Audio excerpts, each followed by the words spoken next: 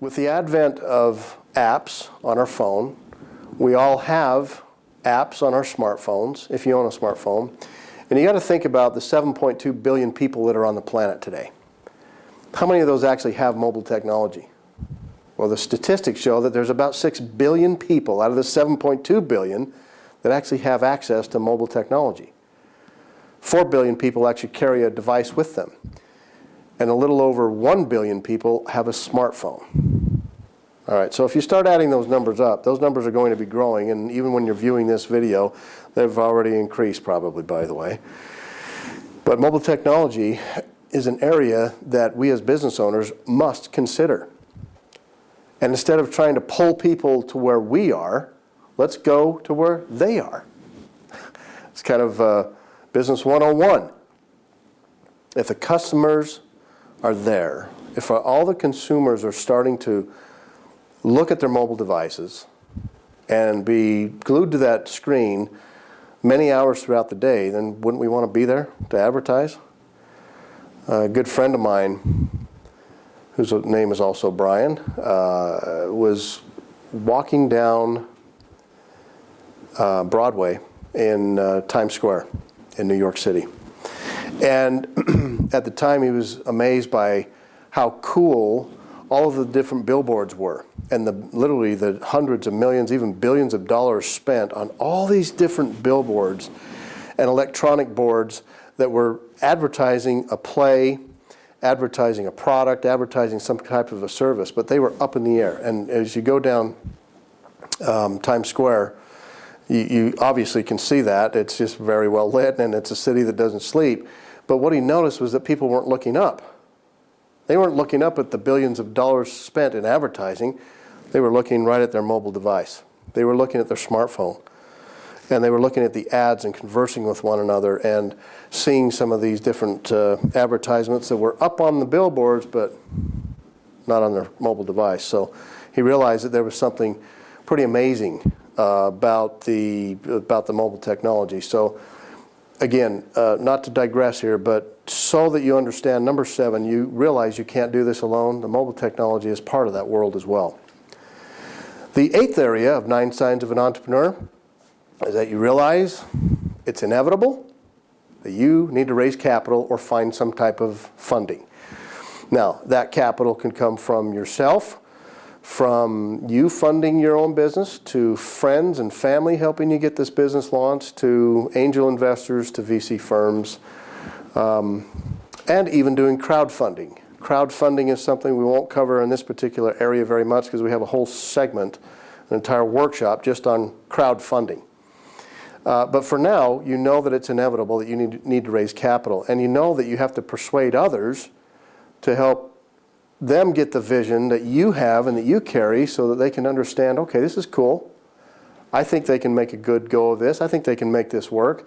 And as you're persuading them, you know that they and you both are taking calculated risks in order to make this company successful.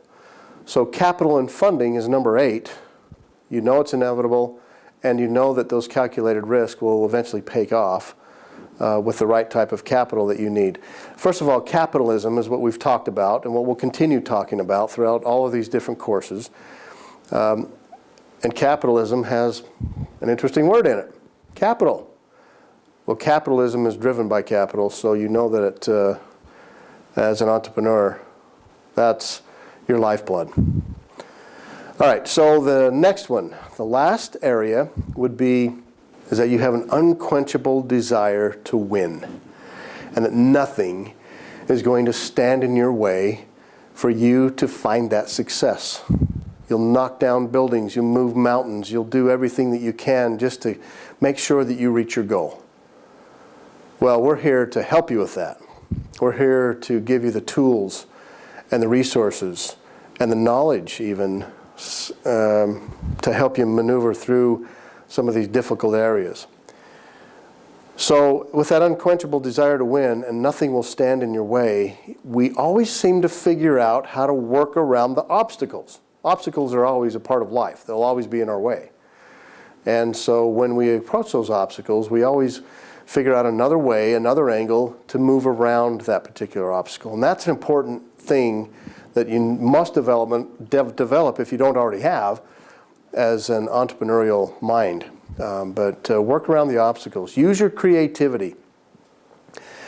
Come up with a different idea, different way to market your products or services. Come up with a different way to keep your employees happy.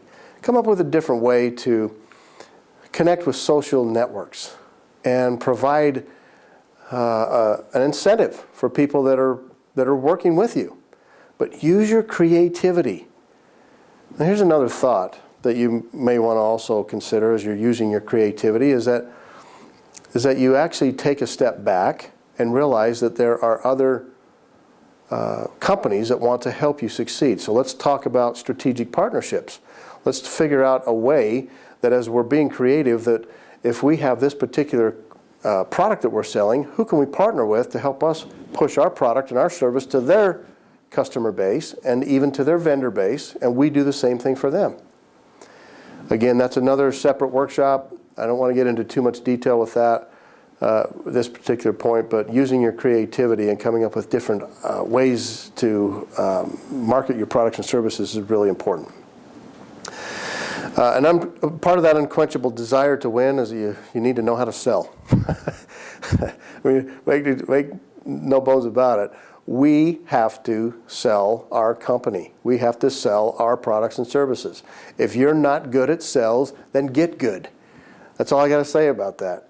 And if you're not going to get good, you're either going to be out of business or you better find somebody else within your organization who is good. Because we have to sell. I don't care what business you're in. I don't care if you're an attorney. I don't care if you're an accountant. I don't care if you're in landscaping. I don't care if you're in retail or the restaurant business. I don't care. We're always selling something. No matter what business we're in, we're selling and marketing what we do. So learn how to sell and market effectively. That's part of that entire concept of that unquenchable desire to win. So let's get back to what we talked about earlier. I am an entrepreneur. I believe anything is possible. I take risks. I'm focused. I hustle. I create. I learn. I grow. I do. I contribute to something bigger than just me. That's the important thing. I am an entrepreneur. And also being an entrepreneur means that you also have a plan. You have a written plan of action. We call that a business plan. Why do you need a business plan? Well, obviously that is going to take a whole lot longer, and there's actually several different workshops that we have for you that you can look at down the road.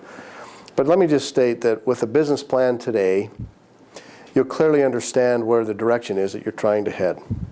And this is not just to raise capital, by the way. This is the type of business plan that you will need in order to truly understand your business and grasp what your company is all about.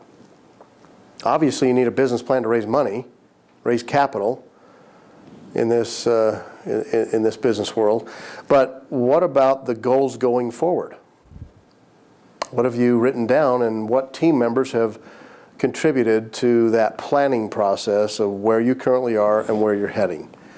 And looking out into the future, that's one thing that you'll definitely want to focus on. So let me do a quick summary. Number one, you're a lousy employee. Number two, you don't worry about job security. Number three, you're looking for what's next.